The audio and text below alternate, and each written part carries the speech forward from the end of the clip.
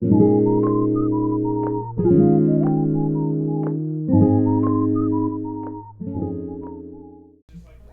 YouTube fam, welcome back to my online diary. In today's video we're going to be talking about genital psoriasis. So the reason why I'm talking about this is because it's something that I personally went through, and it was a struggle to get a diagnosis because sometimes doctors, primary care doctors, can misdiagnose it as something else like an STD when in reality it's just a skin disease that is called psoriasis that is in your private parts. If you don't know what psoriasis is a individual having an increased production of skin cells. Oftentimes these skin cells can come off as being red, irritated, scaly, flaky, and sometimes cracked and inflamed and very painful at times. So how can we treat this genital psoriasis? Well, to be honest guys, the first step of getting treatment for genital psoriasis is being honest with your healthcare provider. And yes, that can be embarrassing at times because, well, it's in an area that's very sensitive, and you don't really want people looking down there at your butt crack or your private parts. But you guys, if you want to get help, you got to be honest with your healthcare provider and telling them everything that's wrong with you so you can get the proper diagnosis. So I just want to read to you guys about a study that was published back in August 2017. It was published by the Journal of Drugs and Dermatology. They said about 45.8% of psoriasis patients were not honest with their healthcare providers, mainly because of embarrassment. I can see why people be embarrassed about that because it's a sensitive subject. But you guys, if you want to get help, like I said again, be honest with your healthcare provider because they can get things started for you. And so if they don't know about it, guys, how can they properly treat it? So it's definitely important to speak up. And also I want to mention this, that you go to the right doctor for the right thing. If you already have psoriasis all over your body, then there's a high chance that you may get it down there. So I would definitely go to a dermatologist first, not your primary doctor. But I think you have to go to your primary doctor to get a referral to the dermatologist. So yeah, do that. Do not go to your OBGYN. But if you feel like you may have STD, then please go to the OBGYN. But if you go there and they say, well, yeah, it's an STD, and you think for sure that it's not, I would definitely get a second opinion and go to your dermatologist, because your dermatologist is going to know more about skin diseases and different kind of skin conditions. And so that's what I did. I went to my dermatologist and they had to look down there. And I know, guys, it can be very embarrassing and may even be weird, but you have to remember they're a doctor and they've probably seen a lot worse stuff than that. So what they'll do at the dermatology, if you want to be sure that you have psoriasis, they can do a skin biopsy, take a little piece of your skin out and test it to see if it's psoriasis. And it came back as psoriasis for me because I knew goodness well I didn't have no STD. And the reason why I say that, guys, because there have been cases where women have gone to the OBGYN for genital psoriasis, and their OBGYN misdiagnoses it for an STD like herpes, because most of the time they're not going to be familiar with genital psoriasis, and they're just not, because again, most of the time it is pretty rare for someone to have it there. But you can definitely have it there. Just because it's rare doesn't mean it can't happen to you. And unfortunately, I am one of those people that it has happened to. But I'm here to show you guys all the tricks, all the tips, and all the tricks. So you stay tuned now. And primary care doctors usually misdiagnose psoriasis for an STD because usually psoriasis is in your elbow parts or behind your knees or other areas of your body and not down there. So sometimes they can misdiagnose genital psoriasis as a yeast infection, a bacteria infection, or an STD. So that's why I say it's so important to go to your dermatology, get a second opinion, get a third opinion. Just do not settle for what they're telling you, especially if you know for a fact that it's not an STD. So definitely go to your dermatology, guys, and get that second opinion, third opinion, or whatever, fourth opinion, because that will save you time and it'll definitely save you money, and we do not have money to be wasting. Alright, the part that everybody has been waiting for, treatments. What kind of treatments can we do for genital psoriasis? So for me, they gave me a steroid-based cream that I use for up to a month. Now, if that doesn't work, you guys, you can try vitamin D cream or a non-based steroid cream. I would definitely recommend not doing a steroid cream for more than a month, because over time steroid creams can really thin your skin out. So don't do it for too long. If you don't want to do it at all, I would recommend that too. But if it's like in a really bad state, then I did a steroid cream for a month. But I'm pretty sure there's other options you can do if you don't want to do that.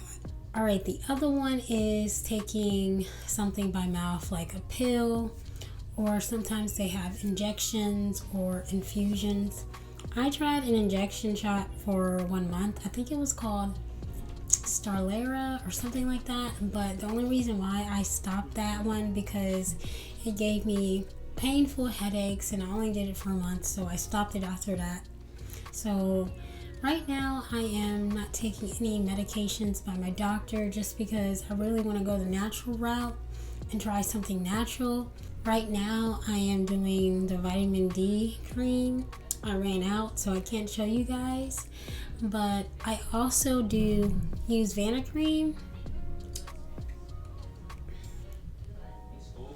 I do Vanicream. I don't put this directly on my private area, just put it around it, like on the skin that may be flaky and itchy, and this stuff, it actually really does work for me, and I'm hoping it'll work for you. I also use this on my body and on my face. This stuff really helps psoriasis, and I think it does help people with eczema as well. And I also take a supplement, guys, called L-lysine. Yes, I think that's how you pronounce it. L-lysine. It's an amino acid, and it's good for healing the skin. I also have inverse psoriasis, and I noticed that this healed my skin very quickly with inverse psoriasis. So I definitely recommend doing some research on this, guys. Just don't take my word for it. Do your research on things that I tell you in the video, so that you'll know that it could be safe for you, and just don't go by somebody's word. I always do my own research, and I suggest you do that too.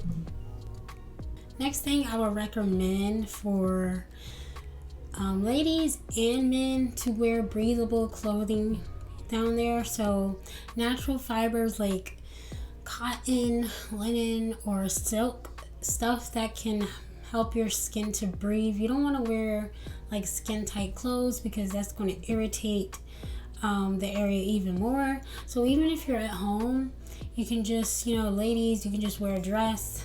Don't have to wear any underwear. Just let it breathe out, because if your skin is in a really bad flare up down there, it's better for your skin to breathe than to have skin tight underwear sucking everything up. You want to just let it breathe so that your skin can heal properly. And if you don't want to just walk around with no underwear on and a dress, I would recommend cotton underwear, because cotton underwear is very breathable, and that will allow your skin to heal more better. Next thing I noticed would help my psoriasis, and not just genital psoriasis, but my psoriasis on my skin and under my arms, because I have inverse psoriasis as well, is going on a gluten-free diet. And yeah, that may be hard for some of you guys, but if you can just cut out just a little bit of gluten from your diet, that will definitely improve your skin. Because I just noticed, guys, I noticed that when I cut out gluten bread that has gluten in it, or any kind of food that has gluten in it, my skin has improved a lot better. And I noticed that when I eat things that have gluten in it, like for example, I kind of cheated. Yesterday I ate 2 honey buns, guys, and my skin broke out terribly. And I honestly think it was the gluten in it and the sugar content in it. So yes, if you can, try to cut out gluten from your diet, because gluten isn't good for people with psoriasis. And another thing is sugar. Eating a lot of processed sugar can also cause your psoriasis to flare up. So I definitely cut back on sugar a whole lot. And sometimes, I like to have a little treat, a honey bun or some sherbet ice cream, but I don't do it all the time. So I think it's important to really watch what you eat and watch what you put in your body, because what you put in your body will oftentimes reflect on your skin. So be aware of that, you guys, because that is so important. So some triggers for genital psoriasis is also stress, wearing tight, unbreathable underwear or clothing, not getting enough sleep, and eating too much gluten. So if you can, try to avoid those, guys. I would definitely avoid those. And some helpful tips to reduce your stress is a form of exercise, trying your best to get enough sleep. I know sometimes these days can be very stressful and sometimes we can't get sleep, but there's some natural ways for sleep, like for example, drinking chamomile tea, lavender tea, getting aromatherapy lotions, taking a warm bath, not too hot now because we don't want to irritate that psoriasis. Journaling, self-care as in doing things that make you happy. If you want to go to a movie, you want to get a nice, yummy dinner. I don't know, just something that really cheers you up and make you feel good, because when you're happy, you're not stressed. And when you're happy, you're going to have high levels of that good energy that just makes you feel good. And when you're happy, you guys, that also boosts your immune system, versus that when you're depressed or stressed, your immune system oftentimes go down. So it's important to try your best to stay in a good mood. Things that I like to do, I think I talked about it before, is journaling. I like to try to get outside as often as I can, because the outside just makes me feel good. Like being around God's creation, the sky, the trees, the grass, the birds singing in the air. Oh, all of that is just so wonderful to me. I might have made it sound a little dramatic, but you guys, I'm telling you, getting out, getting that good fresh air is going to make you feel a lot better inside. And also the trees and the grass and the flowers, they give off oxygen, so you're going to just feel good anyway, because you're getting more of that good old natural oxygen from the plants. Well, I hope you guys enjoyed this video. If you do, please give this video a thumbs up. I don't know, I can do that, guys.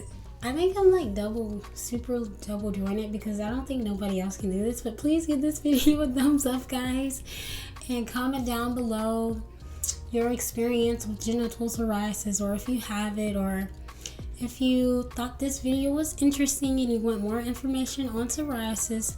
Please comment down below, because I'm your girl for that. Yeah, and so that's it for the video. I hope you guys enjoyed it, and I hope you learned something from it, and I hope you have a good day. Bye. Peace.